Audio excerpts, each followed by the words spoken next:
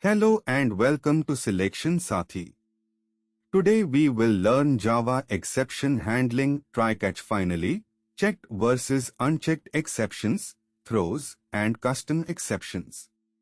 Proper exception handling makes your Java applications robust and reliable. The try-catch finally structure.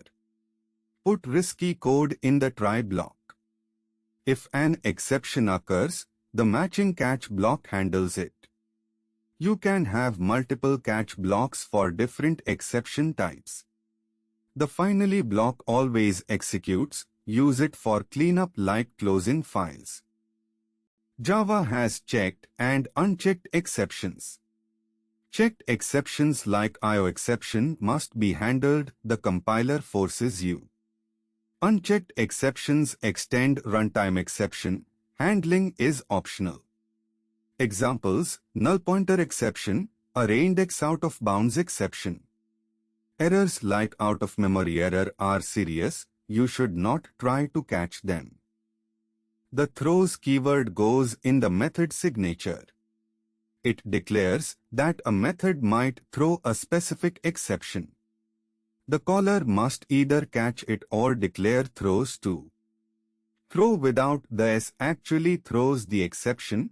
Throw new IOException. You can declare multiple exceptions separated by commas. Custom exceptions let you create meaningful error types. Extend exception for checked exceptions.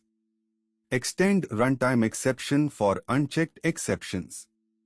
Add constructors for custom messages and root causes. Convention: the class name should end with exception. Handling number format exception. String input is ABC. We try integer.parseint of input. Since ABC is not a number, it throws number format exception. The catch block prints invalid number. The program continues normally instead of crashing.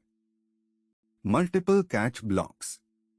We try to access array index 5 on a 2-element array, then divide by 0. Array index out of bounds exception is thrown first. The first matching catch handles it, printing bad index. The divide by 0 never executes because execution jumps to catch immediately. Using throws in a method signature. Read file takes a path and declares throws IOException. Inside, it creates a BufferedReader and reads a line. The caller must wrap the call in try-catch or also declare throws.